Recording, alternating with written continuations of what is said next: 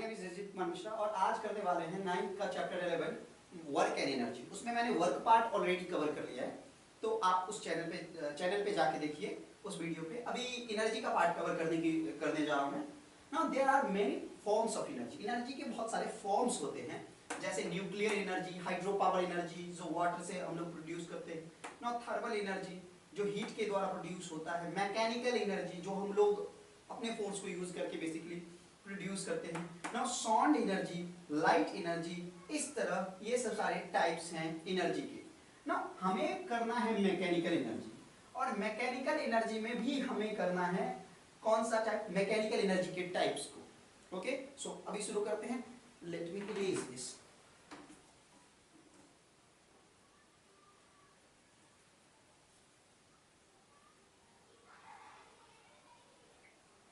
इसको बनाते हैं हेडिंग।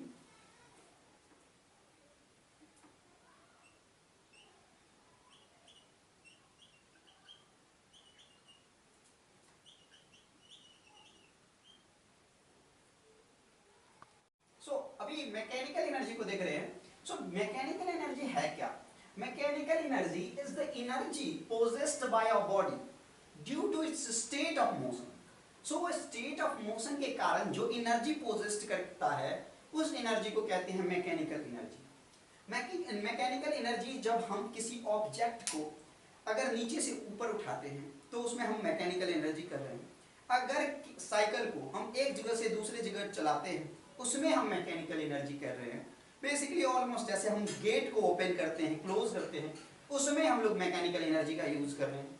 सो अभी मैकेनिकल एनर्जी के टाइप्स को हम लोगों को स्टडी करना है इस क्लास में। सो इसके दो टाइप्स होते हैं basically. There are two types of mechanical energy. Now there are two types of mechanical energy.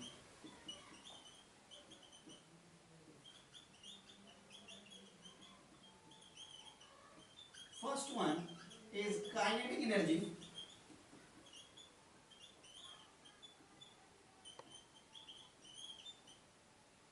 Kinetic energy. And second one is potential energy. Potential energy. अब हम इस दोनों को ब्रीफली डिस्कस करते हैं। तो चलिए पहले काइनेटिक एनर्जी से स्टार्ट करते हैं कि काइनेटिक एनर्जी किस प्रकार का एनर्जी है, वो शुरू करते हैं। ओके, सो आप नोट कर लीजिए, इसको इरेज कर रहा हूं मैं। सो काइनेटिक एनर्जी कौन सी एनर्जी है? इसको हम लोग ऐसे एक्सप्रेस कर सकते हैं the energy due to it's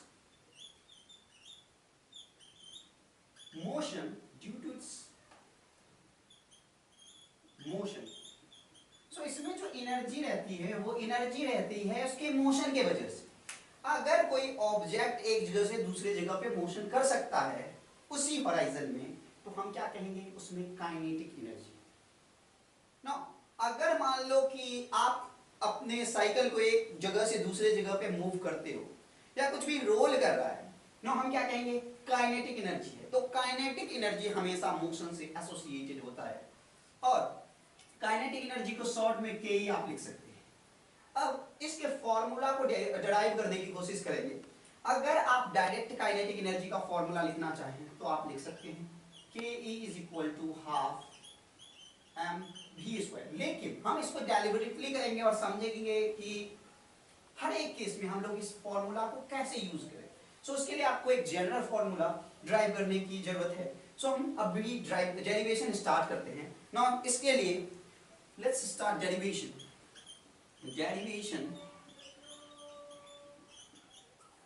of formula of the derivation। इसको इरेज करते हैं। Formula for kinetic energy.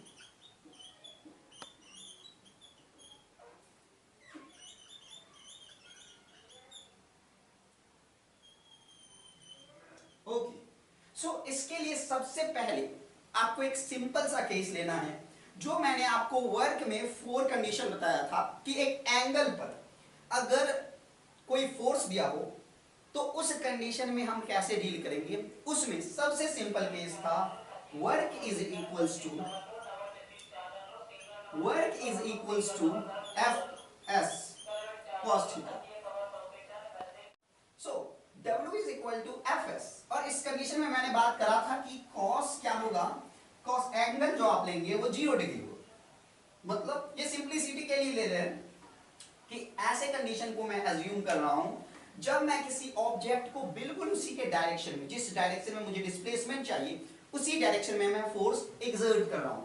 अगर आपको याद ना हो तो मैंने एक बॉक्स बनाया था अभी पिछले वीडियो में, और मैंने इधर फोर्स मैंने एक्सर्ट किया था मुझे जब इधर ही डिस्प्लेसमेंट चाहिए था।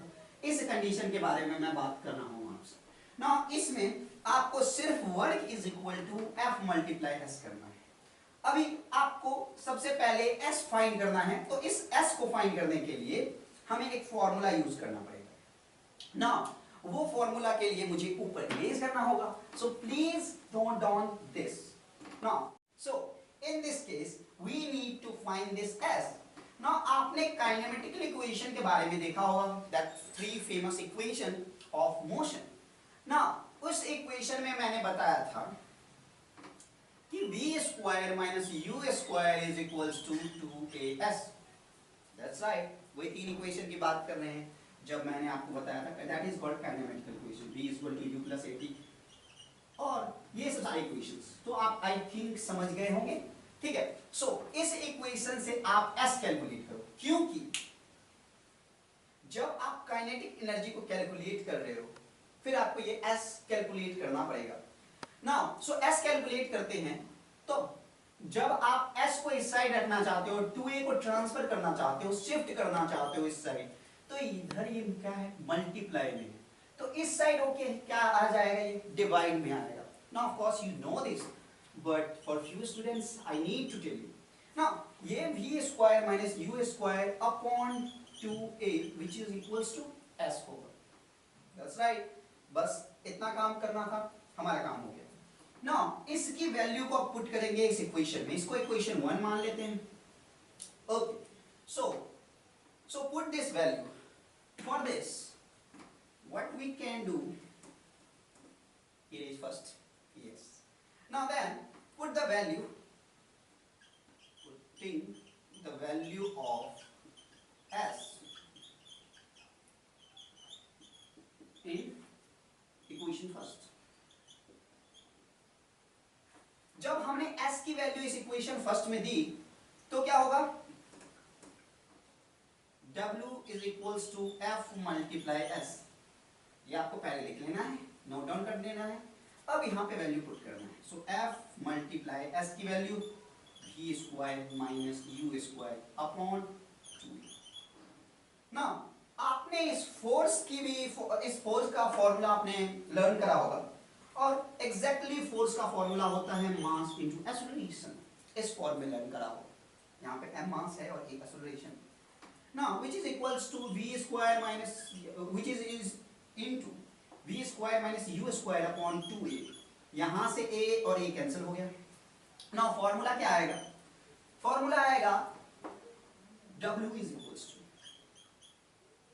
मास into v square minus u square upon 2 which is equals to mv square minus u square upon 2।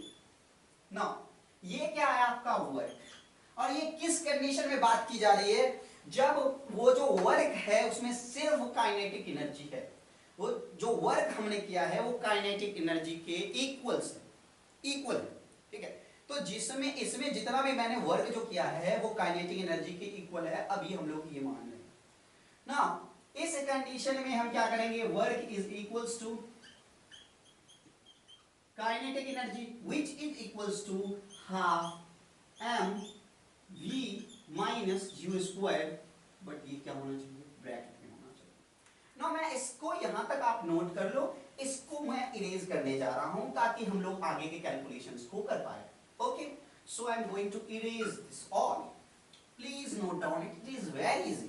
बहुत ही आसान है ये, आपको बहुत ही इजी लगेगा, एक बार बस समझने की देर है आपको। और जो भी डाउट आए आप कमेंट सेक्शन में दो, मैं पर्सनली या तो मैं किसी वीडियो में एड्रेस करूंगा या तो लाइव आकर के उसका सॉल्यूशन दूंगा ना।